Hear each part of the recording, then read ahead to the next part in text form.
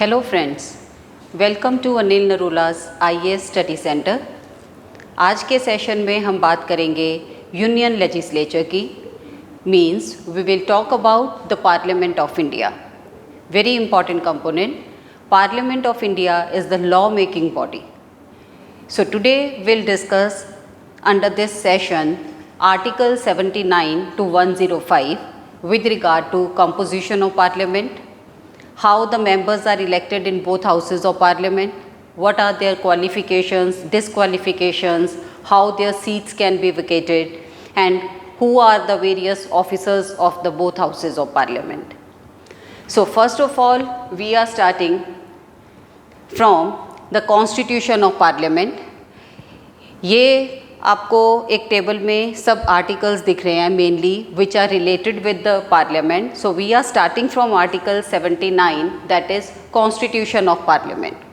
Very important article from pre point of view that article 79 that is the union legislature shall consist of the president of India and the two houses.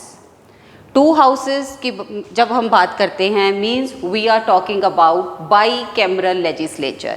Bicameral term is used for when legislature is having two houses. Bicameral when only one house then we call it as unicameral.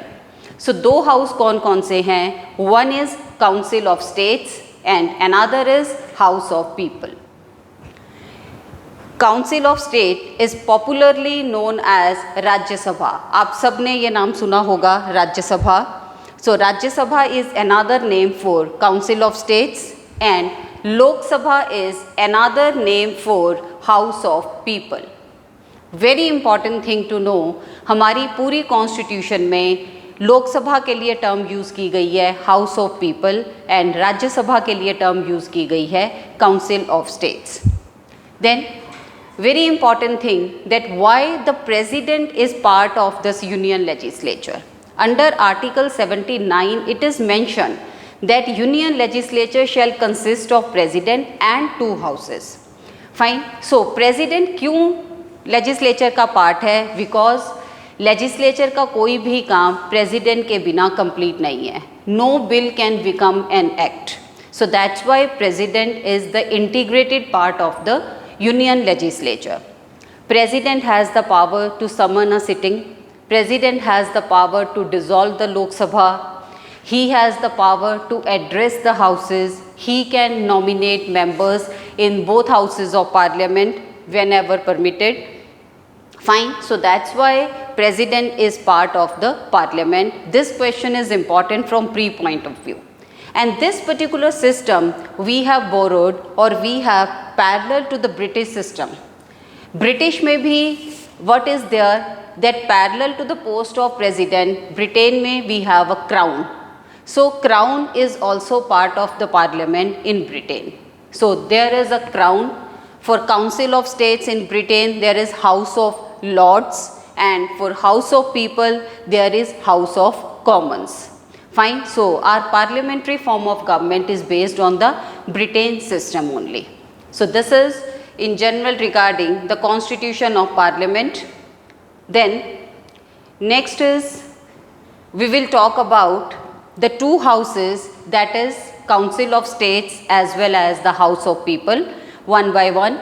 So first of all I'll tell you regarding Rajya Sabha, जिसका constitution के accordingly जिसको हम कहते हैं house of council of states. Sorry. So this is the upper house of the parliament. It is also known as house of elders. इस particular house के जो members हैं, जो टोटल मेंबरशिप है, that could be 250 fixed by the constitution. And very important thing, Rajya Sabha में जो members हैं those come from both the states as well as from the UTs. Fine. But very important thing to know that the members of the Rajya Sabha are indirectly elected. Indirectly elected means that we the people of India have no right to vote in the Rajya Sabha election. For electing the members of Rajya Sabha, but on our behalf our representatives, हमारे representatives कौन से हैं? Members of parliament या फिर members of state legislature.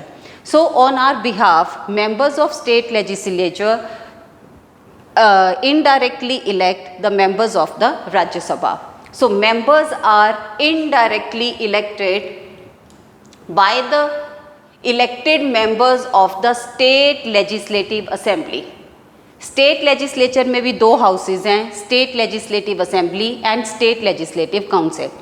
So state legislative assemblies के जो elected members होते हैं, they actually participate in the Rajya Sabha election. Fine. By which system? Proportional representation system by means of single transferable vote through open ballot. Means no secrecy of ballot is there while we are talking about the Rajya Sabha election. So proportional representation system by means of single transferable vote. This system was used in case of elections of the president as well as for the vice president elections. Now coming back to the strength, so total membership is fixed at 250 by the constitution. So out of that, how the number is divided between the elected and the nominated members? 250 में से 238 members जो हैं, those will be elected from the states and the UTs, and 12 members can be nominated by the President of India. Fine. So जब President members को nominate करेगा, it is mentioned under Article 80 only that persons who will having special knowledge in the field of literature, science, art and social service. So 4 subjects दिए गए हैं, literature, science, art and social service. जिनको इसमें special knowledge होगी, president उनको nominate कर सकता है राज्यसभा में. देन जो 238 इलेक्टेड रिप्रेजेंटेटिव्स हैं, they will come from all the states and certain UTs. At present 3 he UTs Rajya Sabha का पार्ट हैं. वो 3 यूटीज, जिन तीनों यूटीज में स्टेट लेजिस्लेटिव असेंबलीज हैं, means they have their own legislature. Delhi, Puducherry and Jammu and Kashmir. Jammu and Kashmir इस UT की category में कब आया? Jammu and Kashmir reorganisation act 2019 के बाद जम्मू एंड कश्मीर का स्पेशल स्टेटस को बदल के उसको जम्मू एंड कश्मीर और लद्दाख 2 यूटीज़ में बदल दिया गया. Jammu and Kashmir will have a legislature. All of you are aware, अभी recently Jammu and Kashmir as a UT के फर्स्ट लेजिस्लेचर के इलेक्शंस हुए, उसके रिजल्ट्स अनाउंस हुए हैं. फाइन. सो ये 3 यूटीज़ राज्यसभा का पार्ट हैं. बाकी यूटीज़ राज्यसभा का पार्ट नहीं है क्योंकि उनका जो साइज़ है, पॉपुलेशन साइज़ है, वो भी बहुत स्मॉल है. अनदर थिंग, जो इनडायरेक्ट इलेक्शन का मेथड है, वहाँ पर कोई लेजिस्लेचर नहीं है. So we need to coin a separate system. So parliament by law has provided representation to these 3 UTs only. Fine. Then at present, so maximum strength हो सकती है 250, but parliament by law has fixed this strength as 245. So at present हमारी राज्यसभा की जो strength है वो 245 हो सकती है. 12 नॉमिनेटेड और इलेक्टेड में से 233 members. So 5 seats from elected are still not being filled. Then the seats are allotted to the states and UTs on the basis of their population. So population के हिसाब से seats दी जाती हैं, which is we can say a federal feature होना चाहिए था, but it is a non-federal feature because unequal representation of states in the Rajya Sabha is there. Fine. And allocation of seats in the Council of States are mentioned under Schedule 4. हमने बिल्कुल beginning के session में schedules की बात की थी, तो schedule 4 में हमें क्या दिया हुआ है, that what is the allocation of seats in the council of states. Very important question from pre point of view. Then members are indirectly elected from both states as well as UTs. UTs के case में article 80 में ये बताया गया है, parliament अपना by law एक method provide कर सकती हैं कि यूटीज़ के मेंबर कैसे इलेक्ट हों. सो यूटीज़ के लिए भी पार्लियामेंट ने सेम ही मेथड प्रोवाइड किया है. Then coming to the tenure, Rajya Sabha is a permanent house, very important thing. It is not subject to dissolution. This is one of the special power of the Rajya Sabha. Under the constitution it is mentioned that then if the house is permanent, not subject to dissolution, तो members कैसे change होंगे? So given under the constitution that 1/3 of its members retire after every second year. हर 2 साल के बाद 1/3 members जो हैं वो retire हो जाने चाहिए. For that system will be created by parliament by law. So parliament इन सब चीज़ों को कैसे रेगुलेट करता है? With the help of RPA 1951, that is our electoral law representation of people act 1951. Then representation of people act में बताया गया है कि राज्यसभा में जो मेंबर्स इलेक्ट होते हैं या नॉमिनेट होते हैं उनका मैक्सिमम टेन्योर क्या हो सकता है? 6 years. फाइन. सो इस तरीके से बिगनिंग में कुछ राज्यसभा के टाइम पे कुछ मेंबर्स का जो टेन्योर था उसको कम कर दिया गया. Then now this system is working that 1/3 members are retire after every second year, and this particular term of 6 years for a member is given under RPA 1951. This is not mentioned under the constitution. Very important thing. Then जो भी members retire होते हैं they can be re-elected as well as re-nominated any number of times. Fine. So कोई बार नहीं है कि कोई भी पर्टिकुलर मेंबर कितनी बार हाउस में दोबारा से इलेक्ट या नॉमिनेट हो सकता है. Any number of times they can be. Then now we'll see the same things for the Lok Sabha. Lok Sabha is known as House of People. जैसे राज्यसभा को हम अपर हाउस कहते हैं, Lok Sabha is known as the lower house. Lower house में लोकसभा में जो members हैं they are directly elected. Directly elected by whom? By the people. Means we the people have right to vote. Article 326 है हमारी constitution में, where the term is mentioned universal adult franchise. Universal adult franchise का मतलब है those people of India who have attained the age of 18 years or above, they have right to vote. Fine. So Lok Sabha में people are having right to vote given under article 326. और कैसे choose करते हैं हम member को? By using the first past the post system. First past the post system का मतलब है कि जब भी कोई भी particular citizen of India will cast their vote, वो क्या करेंगे? वो सारे कैंडिडेट्स में से एक कैंडिडेट को प्रेफर करेंगे, एक कैंडिडेट को अपनी वोट देंगे. And at the time of counting जितने भी कैंडिडेट्स किसी कॉन्स्टिट्यूएंसी से इलेक्शन कंटेस्ट करते हैं उनमें से जो भी कोई टॉप मोस्ट कैंडिडेट होगा, इसमें कुछ ऐसा फिक्स नहीं है कि कितनी परसेंटेज ऑफ वोट्स उनके पास आनी चाहिए, बट जो भी टॉप मोस्ट कैंडिडेट होगा ही और she will be declared as the winner. इस सिस्टम को हम कहते हैं first past the post system. Means इस सिस्टम में हम रिलेटिव मेजॉरिटी देखते हैं in relation to the other. Absolute majority नहीं देखते which we have used under the elections of president. Fine. And here the ballot is secret. Means जो भी कोई बंदा अपनी वोट कास्ट करेगा they enjoy principle of secrecy of ballot कि they need not to tell anybody कि मैंने अपनी वोट किस पार्टी को दी है. फाइन. देन लोकसभा की मेंबरशिप कितनी हो सकती है? कॉन्स्टिट्यूशन में it is fixed at number 550. 550 में से स्टेट्स को नंबर दिया गया है 530 एंड यूटीज़ के लिए 20. 530 elected representative of states and 20 elected representatives of UTs. Now since 2021 में कॉन्स्टिट्यूशन को अमेंड किया गया था थ्रू 104th कॉन्स्टिट्यूशनल अमेंडमेंट. इस अमेंडमेंट से लोकसभा में जो 2 मेंबर्स को नॉमिनेट करने की प्रोविजन थी उसको for the time being abolish कर दिया गया है. 2 members of Anglo-Indian community, they could be nominated by the President under Article 331. अगर प्रेसिडेंट को लगे कि इनकी रिप्रेजेंटेशन हाउस में नहीं हुई है। सो ये जो प्रोविज़न है ये 104th constitutional amendment act, sorry not 2021, it is 2019, इससे इसको एबॉलिश कर दिया गया है। सो एट प्रेजेंट लोकसभा में सारे मेंबर्स इलेक्टेड ही होते हैं।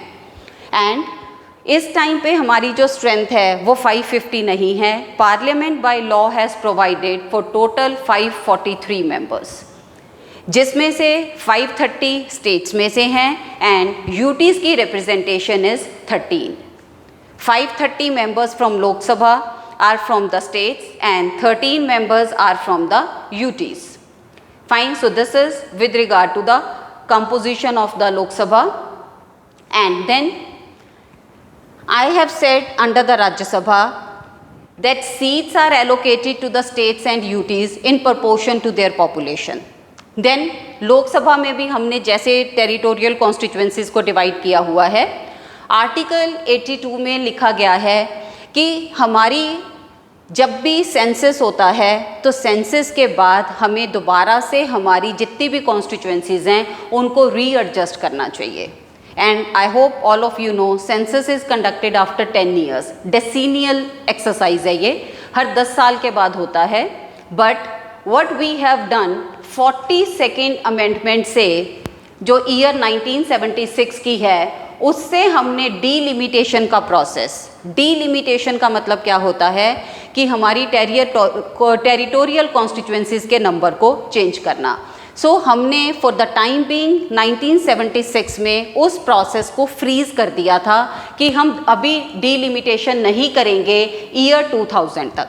क्यों नहीं करेंगे? क्योंकि हम फैमिली प्लानिंग प्रोग्राम का इम्पैक्ट देखना चाहते थे कि क्या उससे हमारा पॉपुलेशन साइज़ कंट्रोल हो सकता है। फाइन, सो 42nd अमेंडमेंट से हमने ईयर 2000 तक इस प्रोसेस को फ्रीज़ कर दिया। सो ईयर 2000 जब आया उसके बाद 84th amendment act of year 2001 से उसको फर्दर फ्रीज़ कर दिया गया 2026 तक। वेरी इंपॉर्टेंट, उसमें भी क्या लिखा गया कि 2026 के बाद जो फर्स्ट सेंसस होगा उसकी फिगर्स के अकॉर्डिंगली हम टेरिटोरियल कॉन्स्टिट्यूएंसीज़ को रीएडजस्ट करेंगे। And till date very very important thing, तो हम कौन सी सेंसस की फिगर्स यूज़ कर रहे हैं? We are using census 1971। Census 1971 की फिगर्स यूज़ करके delimitation act in year 1972 was passed, जिससे हमने लेटेस्ट हमारी डीलिमिटेशन की हुई है जो आज तक हम फॉलो कर रहे हैं। सो कहीं भी हम पूरी कॉन्स्टिट्यूशन में इन प्रपोर्शन टू पॉपुलेशन या पॉपुलेशन साइज की बात करते हैं तो we are talking about till date census 1971 only. Then Lok Sabha की टर्म क्या है? Lok Sabha is not a permanent house, it is subject to dissolution. Fine, so maximum term Lok Sabha की क्या हो सकती है? Unless sooner dissolved is 5 years. अगर जल्दी डिसॉल्व ना हो तो नॉर्मल टेन्योर है 5 साल का।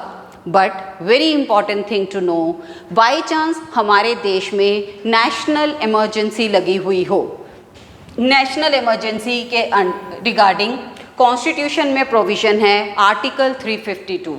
जब देश में नेशनल इमरजेंसी लगी होगी उस टाइम पे हम लोकसभा को डिसॉल्व नहीं कर सकते because we can not conduct the elections. So उस टाइम पे क्या होगा? लोकसभा की टर्म को 1 साल के लिए एक्सटेंड किया जा सकता है। बट अगर तब तक भी इमरजेंसी ख़त्म ना हो, it can be further extended for 1 year. But जैसे ही इमरजेंसी ख़त्म हो जाएगी it shall be dissolve with in a time period of 6 months, means fresh elections must be conducted within a period of 6 months after the proclamation of emergency ceases to operate, जैसे ही emergency खत्म होती है। Similar to Rajya Sabha, members are eligible for re-election any number of times. Then very important thing, that are there seats reserved for scheduled caste and scheduled tribe in the Lok Sabha? Yes, Lok Sabha में SCs और STs दोनों को reservation दी गई है। This thing is mentioned under article 330। ये part 5 में mention नहीं है, ये कॉन्स्टिट्यूशन के पार्ट 16 में मेंशनड है, जिसमें कुछ स्पेशल प्रोविजंस दी गई हैं।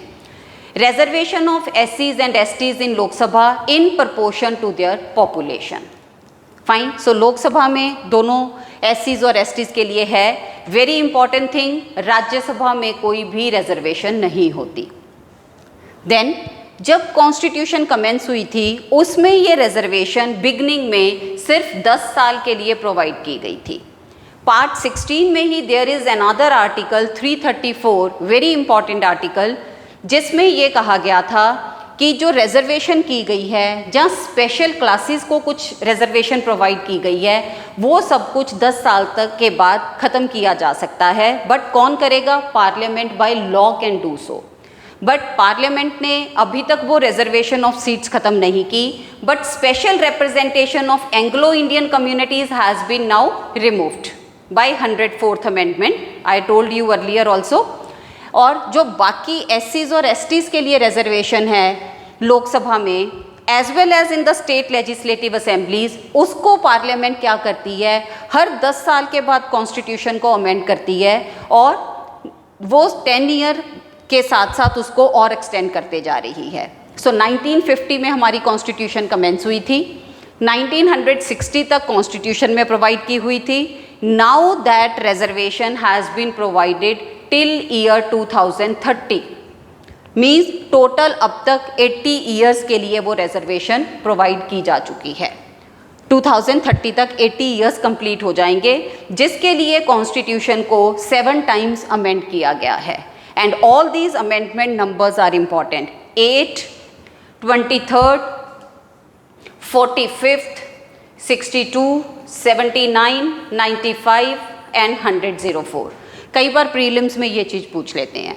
सो इनके ईयर्स उतने रेलेवेंट नहीं हैं. आप इजीली रिकॉल कर सकते हैं कि हर 10 साल के बाद नियरली या तो जैसे 60, 61 में हुई, फिर 70, 71 में हुई, एक साल आगे पीछे. So these are the 7 constitutional amendment number जो आप लोगों को ध्यान में रखने चाहिए with regard to the reservation extension in the Lok Sabha as well as the state legislative assembly. Then next comes what are the various qualifications for members. Qualifications citizen of India. Another important thing is Rajya Sabha का member बनने के लिए as चाहिए 30 साल की कम से कम, और लोकसभा का मेंबर बनने के लिए एज चाहिए 25 years. Fine. Lower house 25, upper house 30 years. Another important qualification is which is not mentioned under the constitution, it is mentioned under the RPA. Lok Sabha या राज्यसभा के इलेक्शन कंटेस्ट करने के लिए person should be a registered voter in any parliamentary constituency throughout the territory of India. In any parliamentary constituency means, for example, if you want to contest election on a seat of Punjab, चाहे आप केरला में registered voter हैं, then also you can contest election from Punjab. Fine. So ये जो condition है, this qualification is mentioned under RPA 1951, क्योंकि article 84 में ये गिवन है कि parliament by law can provide for more qualifications as well. Fine. So these are some of the important qualifications. इसके साथ ही अब हम आगे बात करते हैं कि जब हम लोकसभा के मेंबर्स को इलेक्ट करते हैं, so who will provide them oath. Oath कौन देगा? फाइन. बिकॉज अभी I have told you regarding the Lok Sabha and the Rajya Sabha. All of you are aware with regard to the current affairs. अभी रिसेंटली जून में हमारी 18th Lok Sabha constitute हुई है. Fine. 18th Lok Sabha was constituted in June 2024. Mid April से लेके जून के 1 जून तक 7 phases में इलेक्शन कंडक्ट किए गए. Results were declared on 4th June and BJP was the party with maximum number of seats. BJP के पास 240 सीट्स थी. And next was Indian national Congress, जिनके पास 98 सीट्स थी. And government was formed by NDA, national democratic alliance. Fine. Because the majority mark, Lok Sabha में कौन सी party को majority मिलती है? जिनके पास 50% + 1 सीट्स होती हैं. आई टोल्ड यू 543 मैक्सिमम स्ट्रेंथ हो सकती है लोकसभा की. So the magic number in the Lok Sabha is 272. So BJP ने अपनी जो भी उनकी अलायंस थी, प्री इलेक्शन अलायंस एनडीए, उनके साथ मिलकर प्राइम मिनिस्टर मोदी की लीडरशिप में 18th लोकसभा को कॉन्स्टिट्यूट किया है. And prime minister Modi is the now the leader of the house. Fine. जब भी हमारे नई लोकसभा के मेंबर्स इलेक्ट होते हैं, उस टाइम पे there is a provision under article 99 of the constitution that oath should be given to the new members. Oath to the new members of Lok Sabha article 99 में गिवन है. ओथ कौन देगा? Oath can be administered by the president और on his behalf by some other person, जिसको भी president इस काम के लिए डिप्यूट करेगा. सो नॉर्मली प्रेसिडेंट क्या करता है? President give oath to one person in the Lok Sabha and then that person provides oath to the rest of the persons. So वो कौन है जिसको प्रेसिडेंट अपॉइंट करता है? The term used is pro tem speaker. Pro tem speaker term is not used in the constitution. Fine. So this is given under the rules of procedure. So pro tem speaker कौन है? Pro tem speaker उस member को appoint किया जाता है जिसने लोकसभा में सबसे ज़्यादा टर्म्स एंजॉय की हैं.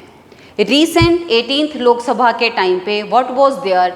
2 MPs थे जिन्होंने लोकसभा में 8 टर्म्स एंजॉय की थी.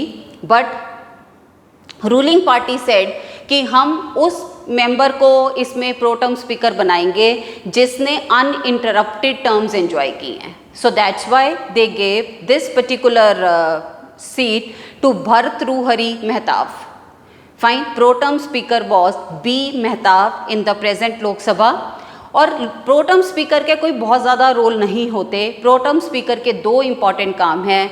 वो लोकसभा की सबसे पहली सीटिंग को प्रिजाइड ओवर करते हैं, न्यूली इलेक्टेड मेंबर्स को ओथ देते हैं एंड उसके बाद स्पीकर के इलेक्शन कंडक्ट कराते हैं. जैसे ही स्पीकर अपॉइंट हो जाएगा, pro tem speaker will become the normal member of the house. Fine. So this is regarding the term pro tem speaker, not mentioned under article 99. His main duty is to give oath to the newly elected member as well as to preside over the first sitting of the house. Fine. Now we'll move on to the next important provision, that is what are the provisions regarding the sessions of parliament. कब कब session conduct किए जा सकते हैं? Who has the power to convene a session? Who has the power to terminate a session? So all these provisions are very important. Constitution में article 85 है जिसमें हमें दिया गया है sessions of parliament, its prorogation and its dissolution. Sessions of parliament को समन कौन करता है? समन का मतलब होता है सेशन को बुलाना, to convene a session. Session को बुलाने की पावर आर्टिकल 85 में किसको दी गई है? प्रेसिडेंट को. कि प्रेसिडेंट की ड्यूटी बनती है कि वो टाइम टू टाइम लोकसभा और राज्यसभा के सेशन को समन करे.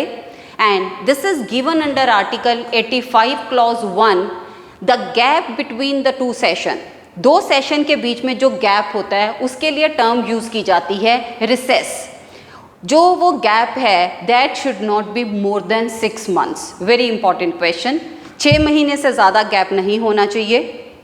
सो प्रेसिडेंट के पास पावर है समन करने की, प्रेसिडेंट के पास पावर है सेशन को प्रोरोग करने की एंड अल्टीमेटली हाउस को डिसॉल्व करने की. Fine. So I'll tell you all these terms. So there is a sequence of events. What is there? Session start हो गया, session is summoned. Session में debates and discussions हो रही हैं. During the debates and discussions between the ruling party and the opposition, there are certain arguments जिसकी वजह से parliament में disruptions हो रही हैं. Session cannot be convened in a smooth manner. So presiding officer के पास ड्यूटी होती है, उसके पास पावर होती है कि वो सेशन की प्रोसीडिंग्स को पोस्टपोन कर सकते हैं फॉर अ स्पेसिफिक टाइम. आज से पोस्टपोन कर दिया कि 2 दिन के बाद सेशन दोबारा से मिलेगा, उसके लिए टर्म हम यूज़ करते हैं adjournment. Means presiding officer can adjourn the house. Then जब हाउस adjourn होने के बाद दोबारा से मिलता है, अगर अभी भी हाउस की प्रोसीडिंग्स को कंटिन्यू नहीं किया जा पा रहा, सो इन दैट केस अगर बार बार डिसरप्शंस हो रही हैं, even presiding officer has the power to say that sine die adjournment is there. Sine die का मतलब है हाउस की प्रोसीडिंग्स को पोस्टपोन करना for an indefinite time. So कई बार बहुत लंबे टाइम के लिए जो सेशन का टाइम ख़त्म होने वाला हो जाता है, सो तब तक सेशन साइन डाई adjourn रहता है, कोई कंसेंसस नहीं बनता रूलिंग पार्टी और ओपोजिशन के बीच में. So in that case what can be done, session can be terminated. Session को एंड किया जा सकता है. Prorogation means to end the session. Fine, कोई एक पर्टिकुलर सेशन को ख़त्म करना. सो प्रोरोगेशन कौन कर सकता है? President. This is given under article 85. Fine. So prorogue का मतलब है सेशन को एंड करना. कई बार क्या है, एक सेशन के बाद दूसरा सेशन भी सक्सेसफुली नहीं चल सकता. Means there is a feeling कि जो हाउस है they are not enjoying the confidence. Fine. So उस केस में क्या होगा, प्रेसिडेंट इवन हाउस को मीन्स लोकसभा को, लोअर हाउस को डिसॉल्व भी कर सकता है. Fine. So these are the 4 terms. So इनमें से जो इम्पॉर्टेंट चीज़ है नाउ टू नो, एडजर्नमेंट और साइन डाई की जो पावर है that lies with the presiding officer of the house. Fine, that is speaker. And prorogation और डिसोल्यूशन की जो पावर होती है that lies with the president of India. Now another thing is that जब हम सेशन की बात करते हैं, there is no such terms given under the constitution.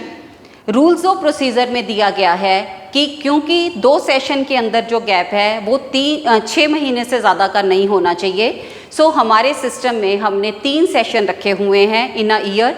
Budget session from February to May, monsoon session from July to September nearly, and winter session from November to December. Fine. So ये 3 हमारे permanent session हैं जिनको हम हर साल इस sequence में करते हैं, budget, monsoon and winter session. Fine. इसमें से जो बजट सेशन है वो सबसे लॉन्गेस्ट सेशन होता है. इसके अलावा ये फिक्स सेशंस के अलावा there is another provision under article 352.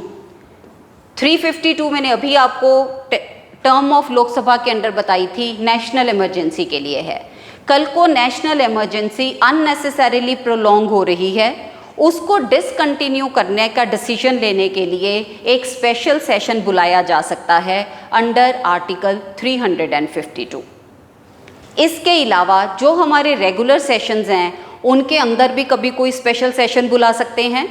Even जब रेगुलर सेशन नहीं चल रहे उनके इन बिटवीन रिसेस टाइम में भी कोई स्पेशल सेशन बुलाया जा सकता है to discuss a matter of importance. जिस भी मैटर के लिए स्पेशल सेशन कन्वीन किया जाएगा उस सेशन में सिर्फ वही मैटर डिस्कस हो सकता है. Nothing else can be discussed during that time period. Then another important thing, this is also mentioned under the constitution कि कोई भी सेशन जब कन्वीन करना है तो उस सेशन का कोरम क्या होना चाहिए. कोरम का मतलब होता है मिनिमम कितने मेंबर्स प्रेजेंट होने चाहिए कि हम सेशन कंडक्ट कर सकते हैं. सो आर्टिकल 100 में this thing is given that quorum should be 1/10 of the strength of the house. Lok Sabha और राज्यसभा दोनों हाउसेस की 1/10 स्ट्रेंथ का जो नंबर है that is the quorum to held a particular session. Fine. So this is all regarding the different provisions with regard to the sessions of the house. Now we'll talk about that when the seats can be vacated. Seats कब vacate हो सकती हैं लोकसभा में या राज्यसभा में. लोकसभा में या राज्यसभा में how the seats can be vacated mentioned under article 101 vacation of seats. First thing is, a person shall not be a member of both houses of parliament. कोई भी पर्टिकुलर मेंबर 2 पर्सन जो है वो 2 हाउसेस का member नहीं हो सकता. 2 houses का मेंबर कैसे हो सकता है? You are a member of 1 house, आप लोकसभा के मेंबर हो, अब आप राज्यसभा के मेंबर बन रहे हो, या आप राज्यसभा के मेंबर हो, सिटिंग मेंबर हो, अब आपने लोकसभा के इलेक्शन कंटेस्ट की और लोकसभा के मेंबर बन गए। तो एक टाइम पीरियड दिया जाता है अंडर द RPA। सो अगर उस टाइम पीरियड में आप अपनी एक सीट वकेट नहीं करते, तब मान लिया जाता है your first seat is vacant. If you are a sitting member of the one house and you are elected to another house, then your first seat will be considered vacant. If, second condition, if you are elected in both houses parallelly, then अगर आप अपनी एक seat vacant नहीं करते, एक seat से resign नहीं करते, then your Rajya Sabha seat will be considered as vacant after 10 days. Very important thing. Then there is another provision which is not mentioned under the constitution कि लोकसभा के इलेक्शन में आप 2 कॉन्स्टिट्यूएंसी से भी इलेक्शन कंटेस्ट कर सकते हैं parallel. Fine, like Rahul Gandhi did this time. So अगर आप 2 जगह से इलेक्शन कंटेस्ट करते हैं, दोनों जगह से आप जीत जाएं, तो कैसे क्या होगा? Then within a time period of 14 days, जो कि RPA 1951 में मेंशन है, ये प्रोविज़न भी RPA 1951 में ही मेंशन है। अगर आप दोनों जगह से जीत जाते हैं, 14 दिन के अंदर 14 डेज़ में अगर आप अपनी एक सीट वेकेंट नहीं करते, तब आपकी 14 डेज़ के बाद दोनों सीट्स को वेकेंट मान लिया जाता है। फाइन। देन अभी तक हमने बात की कि आप पार्लियामेंट के ही दोनों हाउसेस के मेंबर हैं, या लोकसभा में 2 सीट से इलेक्ट हो गए। Now another provision given under 101 is कि कोई भी पर्टिकुलर पर्सन वो पार्लियामेंट का और स्टेट लेजिस्लेचर का मेंबर इकट्ठे नहीं हो सकता। फॉर एग्जांपल, आप पार्लियामेंट के मेंबर हैं, स्टेट लेजिस्लेचर के इलेक्शन कंटेस्ट करते हैं, या वाइस वर्सा, स्टेट लेजिस्लेचर के हैं और पार्लियामेंट के कंटेस्ट करते हैं, और अगर आप वो इलेक्शन भी जीत जाते हैं, देन 14 दिन के अंदर अंदर अगर तो आपने अपनी एक सीट छोड़ दी, then it is fine. Otherwise 14 दिन के बाद ये मान लिया जाता है कंपल्सरीली कि आपकी पार्लियामेंट की सीट खाली है, चाहे आप पार्लियामेंट के मेंबर पहले थे, चाहे आप पार्लियामेंट के मेंबर अब बने हैं। Fine. So these are the 3 condition given under 101। इसके अलावा आर्टिकल 102 में मेंशन की गई हैं कुछ disqualification, which I'll come after 2 to 3 minutes. If a member is disqualified under the provisions of Article 102, तब भी अगर डिसीजन फाइनल हो जाता है, the member need to resign from that seat or seat will be vacated. Another thing, कोई भी member के पास power है, अगर वो रिज़ाइन करना चाहें वो रिज़ाइन भी कर सकते हैं by writing to their presiding officer. Lok Sabha का मेंबर रिज़ाइन करना चाहे तो वो स्पीकर को लिखेगा, राज्यसभा का मेंबर रिज़ाइन करना चाहे तो वो चेयरमैन को लिखेगा, and if their resignation is accepted तो सीट वेकेंट हो जाएगी। अनदर इम्पॉर्टेंट प्रोविज़न, अगर कोई भी मेंबर लगातार 60 डेज़ के लिए हाउस की प्रोसीडिंग से एब्सेंट रहता है विदाउट टेकिंग द परमिशन, लगातार 60 दिन absence without permission, in that case what will be there कि उसकी सीट को वेकेंट माना जाएगा। तो ये 6 क्राइटेरिया हैं जिसमें सीट वेकेंट हो सकती है। अगर पार्लियामेंट में दोनों हाउसेस में कोई भी सीट वेकेंट होती है तो उसके लिए बाई इलेक्शन कंडक्ट कराए जाते हैं। By election must be conducted with in a time period of 6 month, अगर हाउस का टेन्योर 6 महीने से ज़्यादा का है। Fine. Then this by-election provision is also mentioned under RPA. This is not mentioned under the Constitution. Then अभी हमने बात की थी कि अगर मेंबर डिसक्वालीफाई हो जाता है तो डिसक्वालीफाइड मेंबर के केस में भी हमारी सीट जो है वो वेकेंट हो सकती है। तो डिसक्वालिफिकेशन की ग्राउंड्स क्या क्या हैं? आर्टिकल 102, ये आर्टिकल नंबर्स भी इम्पॉर्टेंट हैं। If he holds an office of profit, means वो गवर्नमेंट ऑफ इंडिया या गवर्नमेंट ऑफ स्टेट के अंडर कोई और ऑफिस ऑफ प्रॉफिट होल्ड कर रहा है। If the person is not mentally stable, means of unsound mind. If he is of undischarged insolvent, means उस particular person के ऊपर लाइबिलिटीज़ ज़्यादा हैं। Fine. Then another ground is person is not a citizen of India or he or she has voluntarily acquired the citizenship of another country, या वो foreign country को elegance show करते हैं. Then if disqualified bye और under any law made by parliament, यहाँ पे again हम RPA की बात करते हैं. आरपीए में भी कुछ डिसक्वालिफिकेशंस की बात की गई है. So all those will also fall under this. Then we have an anti-defection act mentioned under the 10th schedule of the constitution. ये हमने कॉन्स्टिट्यूशन में 52nd अमेंडमेंट से ऐड किया था. डिफेक्शन का मतलब क्या होता है? इलेक्शन जीतने के बाद अगर एमपीज़ या एमएलएज अपनी पॉलिटिकल पार्टी को चेंज करते हैं, there are different grounds for that. Fine. So अगर वो अपनी पार्टी को चेंज करते हैं तो उसके लिए हम टर्म यूज़ करते हैं डिफेक्शन. क्योंकि अगर इलेक्शन जीतने के बाद कोई भी मेंबर अपनी पॉलिटिकल पार्टी चेंज करते हैं तो पॉलिटिकल इंस्टेबिलिटी इज़ देयर. सो उस चीज़ को कंट्रोल करने के लिए एंटी डिफेक्शन एक्ट लेके आए, जिसके under member can be disqualified. Fine. So अगर एंटी डिफेक्शन लॉ के अंडर मेंबर की डिसक्वालिफिकेशन करनी है, very important thing to keep in mind, that will be decided by the speaker और chairman of the house.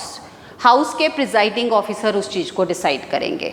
But अगर इन सारे cases में अगर हम बात करें इन सब मैटर्स की जो आर्टिकल 102 में गिवन है, ये भी 102 में अब गिवन है हमें क्लॉज 2 में, बट क्लॉज 2 के under it is presiding officer of the house. So in above condition who will take the decision? Article 103 में दिया है नेक्स्ट आर्टिकल में, president is the final authority to decide about that. But आपने देखा है constitution में president कोई भी काम काउंसिल ऑफ मिनिस्टर की परमिशन के बिना नहीं करता. प्रेसिडेंट के पास कोई भी ऐसी डिस्क्रिशनरी पावर नहीं है यहाँ पे वो एक्ट अपॉन कर सके. So here also what is given, president जब भी कोई फाइनल डिसीजन लेता है डिसक्वालिफिकेशन का, he need to consult the election commission of India. Election commission of India से ओपिनियन लेना पड़ता है, and election commission of India का जो ओपिनियन है that is binding on the president of India to disqualify a particular person. Fine. Then कोई भी particular member अगर हाउस की प्रोसीडिंग्स में पार्टिसिपेट करता है, चाहे उसने ओथ ना ली हो, विदाउट टेकिंग ओथ, और उसके अगेंस्ट कोई क्वालिफिकेशन या डिसक्वालिफिकेशन को लेके अभी डिसीजन पेंडिंग हो, fine. In that case what we can say that the person is not a complete member of the house. Article 104 में ये मेंशन किया हुआ है, penalty for not being a member and taking part in the proceeding. अगर कोई बंदा बिना oath लिए या उसके अगेंस्ट किसी तरीके का कोई डिसीजन पेंडिंग है, तो अगर वो हाउस की प्रोसीडिंग्स में पार्टिसिपेट करता है, देन मियर चार्ज ऑफ ₹500 पर day can be a penalty on that person, जितने भी दिन के लिए वो अटेंड करेगा. Fine. So these are the criteria for vacation of seats as well as disqualification. And the last thing for today is Article 105, that is what are the various powers, privilege and immunities of Parliament and its members. Power, privilege या immunities members को क्यों provide की जाती हैं? These are provided to them ताकि वो लोग बिना किसी डर के means fearless method से वो पार्लियामेंट में काम कर सकें. Fine. To increase their efficiency and to enable them to work in a fearless manner. Fine. So Article 105 again an important article to keep in mind. So यहाँ पर Article 105 और पिछले जो भी Article 101, 102 हमने डिस्कस किए हैं, these are for both houses of parliament. सो यहाँ पे आर्टिकल 105 में कुछ इंडिविजुअल प्रिविलेज दिए गए हैं which are enjoyed by the particular MP, and कुछ कलेक्टिव कैपेसिटी में मीन्स फॉर द हाउस. जब हम इंडिविजुअल प्रिविलेज में बात करते हैं, the first one is freedom of speech. Means जब भी कोई मेंबर पार्लियामेंट का पार्लियामेंट के सेशन में पार्टिसिपेट करता है तो वहाँ पे ही और she enjoys complete freedom of speech, parliament के सेशन में भी और इवन किसी कमेटीज़ में भी. फाइन. उनके अगेंस्ट कैसा भी एक्शन नहीं लिया जा सकता. बट यहाँ पे दो रिस्ट्रिक्शंस हैं. One, they can not talk about the restrictions imposed by the rules of procedure. Rules of procedure में अगर किसी तरीके की restriction लगाई गई है तो उनको डिस्कस नहीं कर सकते. Another thing is supreme court या हाई कोर्ट के जजेस को लेके कोई भी डिस्कशन नहीं हो सकती हाउस में except when a removal resolution for them is there in the house. सो ये दो रिस्ट्रिक्शन है फ्रीडम ऑफ स्पीच के ऊपर. Then another is freedom from arrest. Freedom from arrest में क्या कहा गया है कि कोई भी पर्टिकुलर जो मेंबर है उसको अरेस्ट नहीं किया जा सकता 40 दिन सेशन के स्टार्ट होने से पहले और 40 दिन सेशन के ख़त्म होने के बाद.